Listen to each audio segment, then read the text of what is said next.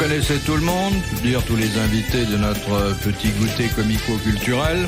Vous connaissez la dame, vous connaissez le débris, vous connaissez la baronne et vous connaissez l'amiral. Bon, peut-être que ça mérite une explication complémentaire. Un peu vite, ça, hein. La dame, c'est Christine Fabrega.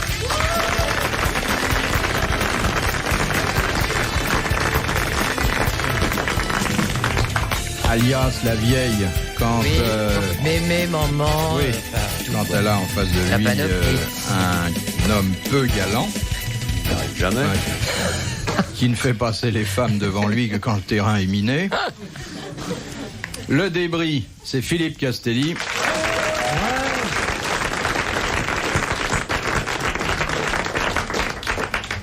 La baronne, et là je fais référence à un personnage qu'il a longtemps incarné avec succès lorsqu'il était en ménage avec Guy Lux. La baronne, c'est Sim. Je ne suis baronne qu'à la télévision. Maintenant, je peux vous montrer que je suis un vicomte. Non.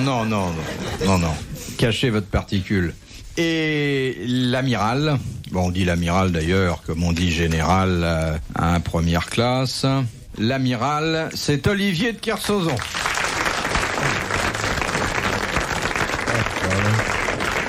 Comme on dit général à la première classe, c'est pas mal. Non, mais c'est vrai, bon, dans les... Je vous remercie, vous me vengez. Quoi, vous allez à vous venger de l'amiral, monsieur Castelli? À toutes les vannes qu'il m'a envoyées. Bah, Il y en a une autre, hein. Vous savez, c'est un breton, Vannes, c'est dans le Morbihan, alors forcément... Vous en avez peut-être une petite pour commencer? Ah, oui. Eh bien, gardez-la pour tout à l'heure. Finalement, c'est moi le plus intelligent. Et le plus modeste, sûrement, aussi. Non, mais c'est vrai que pour jouer les imbéciles, il faut être très intelligent et que d'autre part, pour supporter les propos de l'amiral, il faut une dose de patience énorme. Il faut avoir un blindage. Oui. Vous êtes blindé aujourd'hui? Oui, non, mais il m'a fait un blindage absolument comme lui s'est fait une carapace. Je ne comprends pas du tout, Philippe, pourquoi vous dites qu'il faut pour supporter mes attaques. Je n'attaque très peu, Philippe Castelli. Mais parfois de répondre à ces agressions. Je ne tire jamais le premier, vous le savez. Mettez un peu d'ordre dans cette petite tête. Vous ne tirez jamais le premier, amiral? Jamais. J'attaque jamais, moi. Non. Madame, ça m'amuse pas d'attaquer.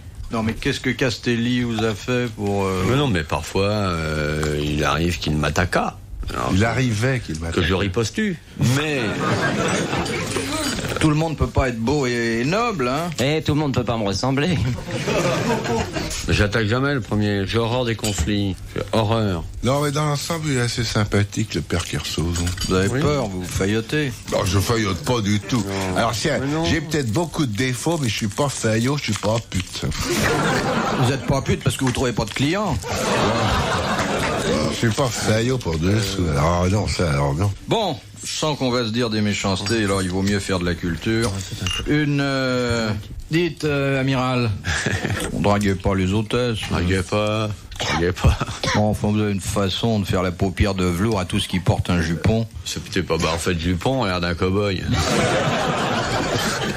Et ça te ferait rien de pas m'envoyer la fumée dans la figure. Il fume, il m'envoie toute sa fumée dans la figure, Castelli. Moi qui ai déjà des petits poumons délicats. Bon, voici la première citation que nous devons à monsieur Rainer de Chilly-Mazarin, qui a dit « Une relation est une personne que l'on connaît assez pour lui emprunter de l'argent, mais pas assez pour lui en prêter. » Mort. Il y a 30 ans. Non, plus vieux et couvert de dettes. Il est mort plus vieux que 30 ans ou il y a 30 ans Pas qu'il est mort? français. Balzac. Français, pas Balzac. Il y a plus de 30 ans. Ah, beaucoup plus. Un homme du 19e. Qu'est-ce qu'il a écrit, entre autres? Non, mais ça aiderait. On l'a déjà dit. Alors, il y a trop de cheveux, ça bouche les oreilles, là. Hein, Mais non, faut mais il se suit méfier. pas l'émission. Suis l'émission. Ouais, écoute, tu vois, voilà. Écoute. Et de quoi tu te mêles? Monsieur l'émission. Tu vois, t'attaques. Moi, je te parle pas, t'attaques. Bah ouais, Qu'est-ce qui a pu dire ça? Te garde pas le nez, tu vas salir la table. Alors, C'était un poète. Non, Maupassant. non. Balzac. Mais non, ça fait 3 fois qu'on le dit. Quoi? Vous l'avez dit? Non, on l'avait pas dit, mais je pense pas que ce soit Balzac. Ça aurait pu être lui, non? Ouais, ça aurait pu, à mon avis, c'était C'est un Balzac. écrivain. Parce qu'il paraît qu'il était couvert de dettes. Ouais, C'est un écrivain. Oui. Comme Balzac. mort. Oui. Il était contemporain de Balzac? Ben, si c'est un homme du 19e, il y a même de grandes chances qu'ils se soient rencontrés. Ah, Balzac était du 19e. C'est pas Victor Hugo, quand même. Non, non, il est Stendhal. Zola, non? Non. Zola. Dumas. Oui, Alexandre Dumas. Bonne réponse d'Olivier de Kersauzon. Mais j'aurais préféré que ça soit de Balzac, ça lui ressemblait plus que de Dumas. Bien sûr, je trouvais l'auteur rapidement, mais la citation ne m'inspirait pas directement. Cette espèce de sens. J'aurais pu facilement adapter ce texte à Balzac, mon amour. Hein? Je suis plus votre amour, je tiens à vous le dire. Oh nom de Dieu, Vous avez rompu? J'ai pas assez sérieux. Dumas, quand on voyait toutes ces maisons sublimes à Marly. Bah, c'est bien pour ça qu'il était couvert de dettes. Je comprends C'est pour ça pas. que son château de Monte Cristo tombait en ruine parce que il n'avait plus d'argent. C'est pour ça que il écrivait énormément, comme Balzac d'ailleurs, Oui. poussé par le besoin, les créanciers, les huissiers. Et pourtant, il vend énormément. Hein. C'est fou ce qu'on achète Balzac. C'est dommage qu'il soit mort, parce qu'il lui ferait de l'argent encore aujourd'hui. Il serait tombé dans le domaine public. Ah oui, mais s'il n'était pas mort, ça s'il serait pas dans le était, domaine oui. public. Bah, donc Il on serait laisse tellement avec vieux qu'il aujourd'hui. pourrait pas en profiter vraiment. Il serait. Oui, mais les gens abandonnent trop tôt. Oui, du 19e à maintenant, oui, ça fait. Les gens abandonnent trop tôt, il aurait dû Ouais. continuer à vivre, c'est vrai. On se lasse, on dit tiens je vais mourir, et puis mais non c'est complètement idiot ça. Il faut tenir, coûte que coûte. Et puis alors, Regardez ça, Dalida. J'ai pris des décisions, je ne veux pas mourir, je ne mourrai pas. J'ai pris plusieurs décisions, parce qu'il y a des choses dans la vie qui sont vraiment des tares, par exemple aller au water, c'est affreux. J'ai pris la décision de ne plus y aller. Tu vas grossir. Hein. Je trouve que c'est ridicule.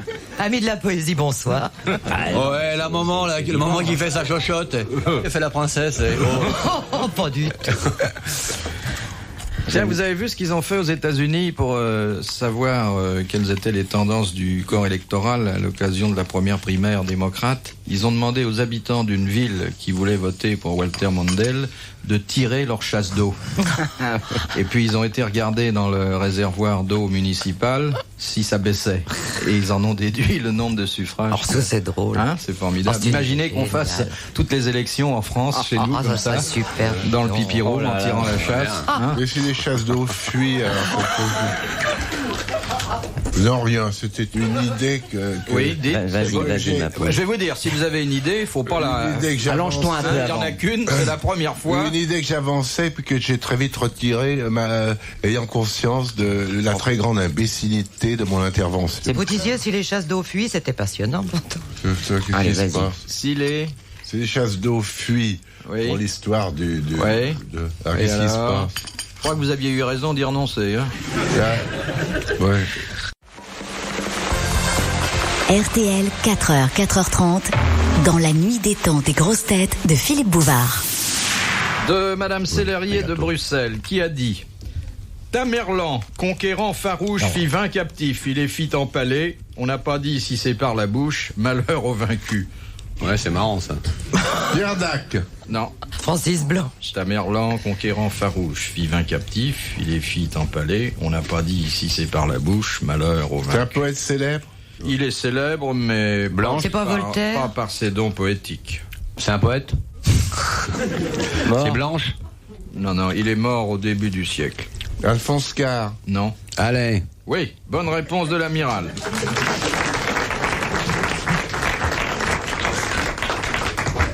De Monsieur Cattier d'Infi, quelle différence y a-t-il entre un yoni et un lingam?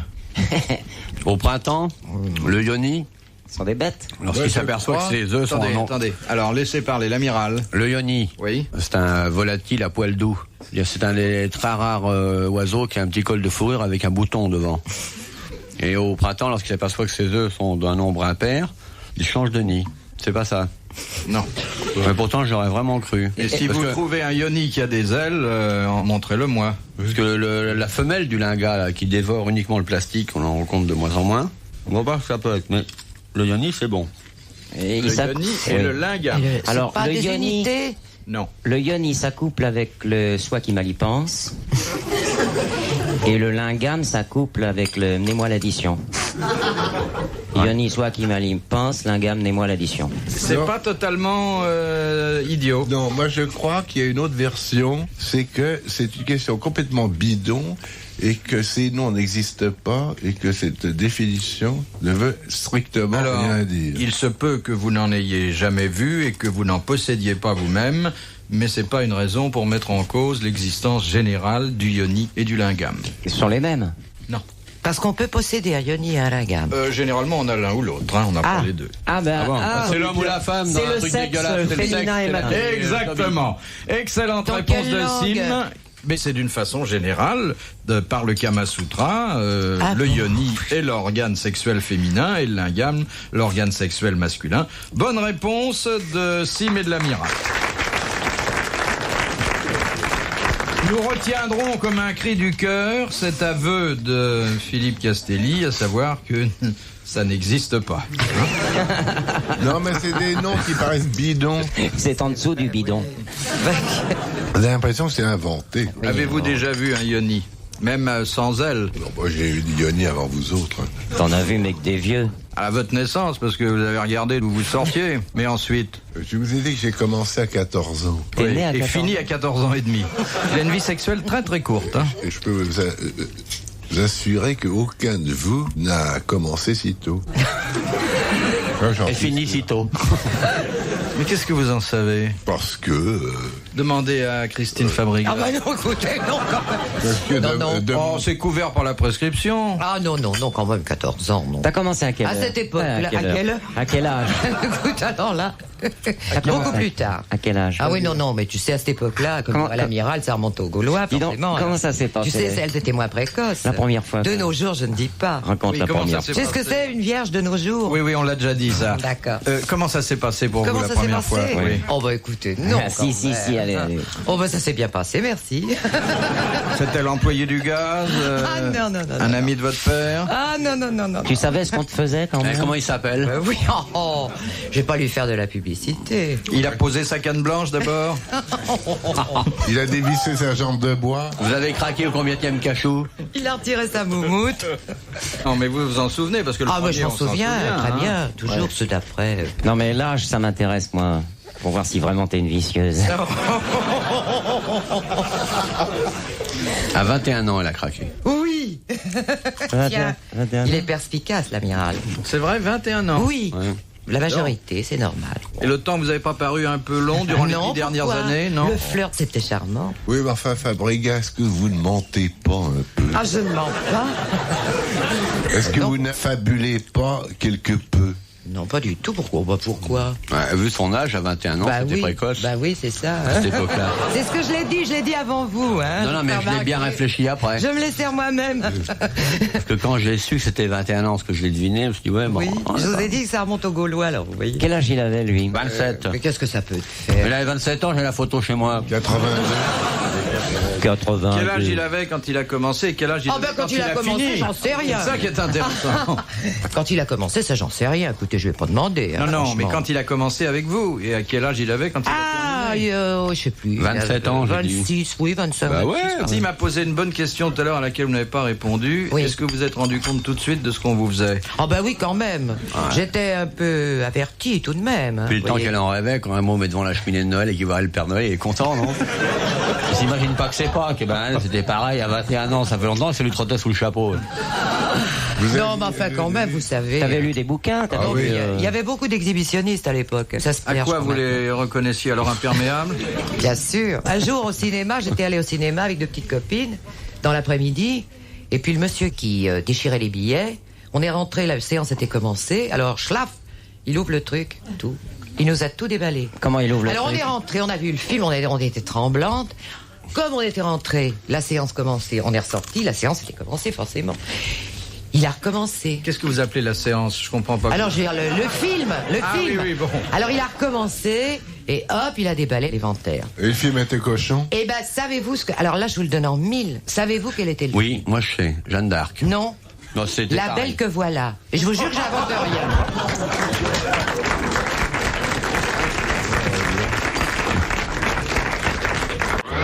Philippe Bouvard sur RTL, 4h, 4h30, les grosses têtes dans la nuit des temps. Les grosses têtes dans la nuit des temps, en janvier 1984, autour de Philippe Bouvard, Christine Fabriga, Philippe Castelli, Sim et Olivier de Kersauzon. Et alors le premier, ça c'est vous l'aviez rencontré où? Parce que, non mais on y est tous passés ici, on a tous fait nos confidences. Alors Ah bon? Ah non, c'est une espèce de C'est une confession. C'est une formalité quoi. Bah écoutez, mon père... vous me donnerez l'absolution, j'espère. Oh oui, ça je vous ai promise d'avance. Quel était son métier? Quel était son métier? Plombier, certainement. Non, il était... Posait des petits tuyaux un peu partout, non? Elle était en industrie. Oui. Le chevalier d'industrie marin. ou... Non? Non, ben un marin, enfin moi, je vois pourquoi ça aurait été un marin. Non, j'ai dit ça n'était pas. Je vois pas pourquoi ça en aurait été un, puisque je sais qu'il avait 27 ans, vous avez 21 ans, et je connais le mec et tout. Ah, on va dire. Je connais le mec. C'est un mec qui m'a dit l'autre jour, à l'hospice. Je m'occupe de vieux et... Bon Jean. C'est un gars qui m'a dit, vous savez, moi, j'ai connu Madame Fabregas, j'ai même été le premier. Bon, ben, il m'a décrit tout. Ça a l'air d'être bon à l'époque. C'était bien. Et rien de dur, hein. Bon, ça me fait plaisir parce qu'il en garde un bon souvenir d'après ce que vous me dites. Ah ouais, le vieux. Oui, mais enfin, ça il l'a pas trottinait, préservé dans son âge mûr. Hein. Il est en mauvais état maintenant. Ah oui. Mais vous l'aviez rencontré où? Oh, mais je le connaissais depuis longtemps. Des amis, je le connaissais depuis 7-8 ans. Mais oui. Ah ouais? Ben oui, c'est vrai. Ah ouais. Vous le voyez dans l'autobus, sur le palier? Non. Des amis de... Vous avez un petit studio? Un peu... Non. Oh, mais écoute. Ah oui, au fait, question importante, ça s'est passé où? Mais non, ben voilà. Voilà. Ça s'est pas passé... Ça s'est pas passé à Paris, justement. Ouais, c'est passé à la campagne. Voilà. À la campagne. À la Garenne-Besan. À la campagne. auberge? Et non, pas d'auberge, dans les bois. Dans la péniche de l'armée du salut? Le cul sur les feuilles. Oh, presque. Parce Ah oui, que le dans la manteau avait campagne. glissé. C'est pas vrai? Non. Oh, menteuse! Non. La feuille à l'envers? Qu'il avait 27 ans, que vous en aviez 21, ça, et si je savais pas la suite. Bah, racontez-la, moi. Non. Vous allez pas me dire qu'il vous a emmené chez lui la première fois? Ah non, pas chez lui. C'était chez les amis. Il habitait chez ses parents. C'est des amis communs. Oh, il habitait chez ses parents. Non, des amis distingués. Il habitait chez ses parents. À 27 ans, il habitait encore chez ses parents? Oh, la Mais oui. menteuse. Ah oui. Boy, Pourquoi vous n'habitez plus chez vos parents? Et qu'est-ce qu'ils ont dit les parents quand ils t'ont vu coucher avec lui? Comment? Qu'est-ce que tu dis? Tu dis que ça s'est passé chez ses parents, mais alors c'était quoi? Mais je t'ai pas dit que ça s'est pas. Oh, il tu m'as dit que ça s'est habitait passé chez ses parents. Il a dit à habitait sa chez ses mère, parents. maman, je vais à la campagne. Avec Voilà. qui, mon chéri? Avec la Fabregas. Voilà. C'est bon, les histoires d'amour. Ah oui, c'est Les premières, palpitant. surtout, hein. Les premières, oui. Oh, c'est bon. Oh non, je te... C'est encore bon, moi, je trouve. Non, mais c'est moins amusant la 50e fois que la première, Ah non? oui, on a l'habitude, il y a l'accoutumance. Le meilleur moment, c'est quand on monte l'escalier. Eh oui, c'est vrai, c'est Tristan Bernard qui disait ça. C'est Surtout vrai. quand elles avaient des mini-jupes. Ah non, c'est pas Tristan Bernard. C'est pas Tristan Bernard? C'est Stéphane Zweig. Un Français peut le dire aussi, C'est Tristan hein. Bernard. Il l'a peut-être non, piqué c'est à Tristan Tristan Bernard. Nous l'avons donné d'ailleurs comme Phil question il y a quelques mois. Mais mettons que Stéphane Zweig l'a répété, et puis c'est tout. Bon, Ça y est, vous avez fait le tour de ma vie privée. bon, pas totalement. Et j'ai même enregistré à ce propos, et à la faveur d'un questionnaire bien innocent, des réticences qui m'ont surpris. C'est vrai, parce qu'on est quand même là entre amis pour se dire tout. Ben voyons. Et j'ai senti une gêne. Hein? C'est Oh drôle, non. ça. Parce qu'on demandait à Sim, à l'amiral, chaque fois qu'il a fallu aborder ce sujet, on a tout dit. Mais je vais vous dire, Philippe, les femmes qui ont l'air gênées lorsqu'on leur parle de ça sont les meilleures affaires. Oui. Les fausses pudiques. Oui. Bon. De Madame Claude qui habite Ah dans la tiens, à Nièvre. propos. Quelle fut la plus célèbre... Non, qui fut le plus célèbre bègue du monde? Et que- Jouvet. Gaston de Fer. Non. Mahomet. Non. C'est pas loin. C'est pas loin. Confucius. Non. C'est un prophète. Oui. Jésus-Christ. Allah. Non. Non. Bouddha. C'est un prophète. C'est un prophète. Saint-Jean Baptiste. Jérémie. Et il eut avec le Seigneur une conversation Abraham. qui dura plus longtemps que prévu en raison de ce défaut de prononciation. Abraham Lincoln. C'est un juif. Oui, Moïse. oui. Répétez. Moïse. Moïse. Bonne réponse de Christine Fabregas. Et c'était lui qui disait ne coupez pas. De Monsieur Liébard de Thérouanne, quelle est la particularité du bois, le mélèze? Il est en bois. Il est ligneux. Il n'y a pas d'eau dedans. Il n'a pas de tronc. Il fait pas de feuilles. Il sert à rien. Il peut faire des briques. Il a une odeur particulière. Il a un toucher particulier. Il donne des tuiles. Il est spongieux. Non. La particularité. Il y a Il est un le peu de seul à avoir ça. Oh, c'est un des rares bois Il est imputrescible. à être dans ce cas-là, et j'ajouterais, pour l'amiral, Il y a une flotte. Heureusement. Il flotte. Non. Il flotte pas. Il ne flotte pas. Très bonne réponse de Christine Fabrega. Et d'ailleurs, les derniers bateaux de l'amiral avaient été par mégarde fabriqués en Mélèze. On connaît le résultat. Les bateaux en bois, mon pauvre Coco, ça date de votre enfance. Ça fait 30 ans qu'il n'y a plus de bateaux en bois. Bah, le mien était en bois parce que je l'ai vendu. Ça existe encore des bateaux en bois? Pas plein, oui. Musée de la marine. Retrouvez les grosses têtes dans la nuit des temps sur RTL.fr.